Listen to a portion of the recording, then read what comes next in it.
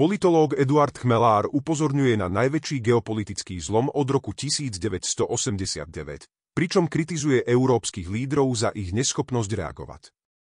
Poukazuje na ich vylúčenie z mierových rokovaní medzi Trumpom a Putinom, zatiaľ čo oni sami organizujú bojové porady bez väčšiny Európskej únie. Varuje pred úpadkom Európy a jej postupným odsunom na geopolitický okraj. Ak nechcete prísť o najnovšie správy, odoberajte kanál Slovensko v politike. Toto je najväčší geopolitický zlom od roku 1989, ale lídri Európskej únie nič nechápu a idú si svoje. Lídri veľkých európskych štátov nariekajú, že ich Donald Trump nepozval na mierové rokovania s Vladimírom Putinom. Tí istí lídri, ktorí doteraz odmietali akékoľvek rozhovory s ruským prezidentom. A zároveň tí istí lídri, ktorí sa dnes schádzajú na bojovej porade v Paríži bez účasti väčšiny členských štátov Európskej únie. A francúzsky minister zahraničných vecí túto frašku okomentuje, že nad Európou fúka vietor jednoty a že budú podporovať Ukrajinu v boji aj naďalej. To nevymyslíš.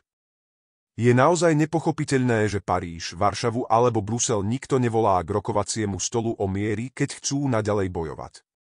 A keď aj neprizvané štáty ako Česko či Rumunsko protestujú voči arogancii mocných iba preto, aby sa mohli zúčastniť na bojovom ťažení tiež. A do tejto európskej kakofónie sa občas ozve spoza bučka Ivan Korčok a vykrikuje úplne od veci ako taký pacient v kazajke, aby sa slovenská vláda priznala, že nás chce vyviesť z Európskej únie a že toto je zrada. Nuž toto je iná psychiatria. Sme svedkami najväčšieho geopolitického zlomu od roku 1989, ale prehnité európske elity nič nechápu, a preto ich najbližší turbulentný vývoj spláchne ako jarná povodeň. Nie je to však nič, na čo by sme sa mali tešiť.